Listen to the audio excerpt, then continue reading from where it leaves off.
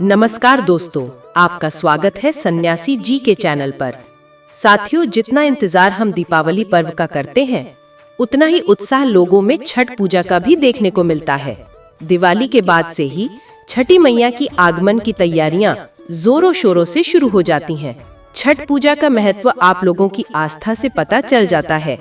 छठ पूजा का महत्व इतना है कि न सिर्फ भारत में बल्कि विदेश में भी लोग छठ पूजा का पर्व हर्षोल्लास के साथ मनाते हैं। कार्तिक मास की शुक्ल पक्ष की चतुर्थी को छठ पूजा का पर्व मनाया जाता है। छठ पूजा सूर्य देव और उनकी बहन माता छठी जी की उपासना का पर्व है। इस व्रत में सूर्य देव का उपासना करने का सबसे बड़ा महापर्व है और माना जाता है कि माता छठी बहुत ही दुलारी और चंचल है, इसलिए किसी भी प्रकार की गलती से वे जल्द ही रुष्ट हो जाती हैं। इसी कारण इस व्रत के नियम बहुत ही सावधानी पूर्वक बनाए गए हैं और पूरी निष्ठा के साथ पालन भी करना चाहिए। छठ का पर्व संतान प्राप्ति और संतान के उज्जवल भविष्य के लिए बहुत ही लाभदायक माना जाता है। जो महिलाएं और पुरुष इस व्रत को पूरी श्रद्धा और भावना के साथ रखते हैं, उनकी मन की मुराद छठी माता अवश्य ही पूरी करती है। लेकिन व्रत का पालन करते समय आपको कुछ बातों का ध्यान भी रखना चाहिए। तो आइए जानते हैं कुछ ऐसी बातें जो आपको व्रत के समय भूल से भी नहीं करनी चाहिए, नहीं तो इस व्रत का खंडन हो जाता और इसका बुरा परिणाम आपको भुगतने पड़ सकते हैं। तो आइए जानते हैं छठ पूजा के दौरान कौन सी गलतियां नहीं करनी चाहिए। लेकिन इससे पहले मेरे दोस्तों, हमारे चैनल को आपने सब्सक्राइब नहीं किया है तो सब्सक्राइब जरूर करें और वीडियो को भी लाइक जरूर करें, क्योंकि बाद में आप भूल जाते हैं। तो दोस्तों, छठ पूजा का ये पर्व 4 दिनों तक मनाया जाता है, जिसमें पहला दिन नहाए खाए, दूसरा दिन खरना, तीसरा दिन संध्या अर्घ्य और अंतिम दिन उषा अर्घ्य। इन चारों दिन व्रत रखने वाले 36 घंटे का निर्जला व्रत धारण करते हैं और उनके घर के सदस्य चाहे व्रत रखे हो या नहीं, किंतु व्रत से जुड़े सारे नियमों का पालन अवश्य करते हैं। छठ पर्व के चारों ही दिन आप शुद्ध वस्त्र धारण करें और ऐसी वस्त्र धारण करें जिनमें सिलाई नहीं लगी हो।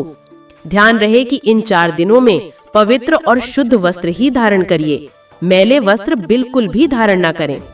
दोस्तों, छठ का सबसे कठिन नियम होता है कि आपको घर के बाकी सभी सदस्यों को स्वच्छता और सात्विकता का पूर्ण पालन करना होता है। छठ पूजा की प्रसाद को बिना नहाए या बिना हाथ पैर धोए या मैले हाथों से कभी भी न छुएं।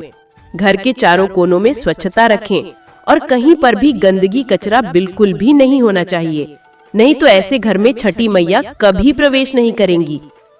छठ पर्व का व्रत करने वाले लोगों को बिस्तर पर नहीं सोना चाहिए, जमीन पर ही चादर बिछाकर सोना चाहिए। और ध्यान रहे कि छठ पूजा के दिन लहसुन, प्याज, मांसाहार, धूम्रपान, मदिरा, तंबाकू इन सभी चीजों का त्याग कर देना चाहिए और उनके सभी घर वालों को सात्विक भोजन और ब्रह्मचर्य का पालन अनिवार्य माना गया है।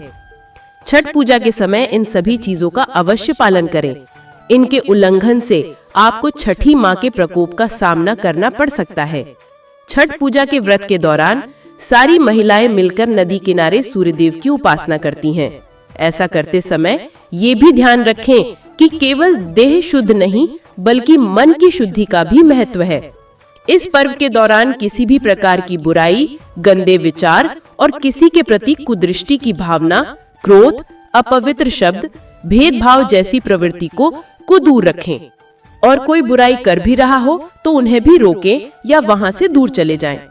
सूर्य को अर्घ्य देते समय बांस की सूप या टोकरी का बहुत महत्व होता है और उसका प्रयोग करने से पहले उसे अच्छे से गंगा जल से धोकर शुद्ध कर लें, क्योंकि आपने बाजार से खरीदा है तो उसे कितने प्रकार के लोग छूते हैं।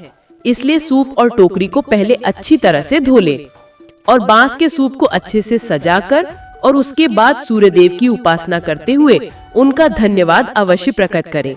मेरे प्यारे साथियों, छठ पूजा में हर एक चीज का बहुत महत्वपूर्ण हिस्सा होता है और उसमें बनाने वाला प्रसाद जो गेहूं और गुड़ से बनाया जाता है, जिसे ठेकुआ कहा जाता है, उसमें हम आपको ध्यान दिलवाना चाहते हैं कि गेहूं का आटा आपने खरीदी हुई गेहूं से ही पिसवाना चाहिए। बाहर से आटे को लेकर उससे प्रसाद न बनाएं।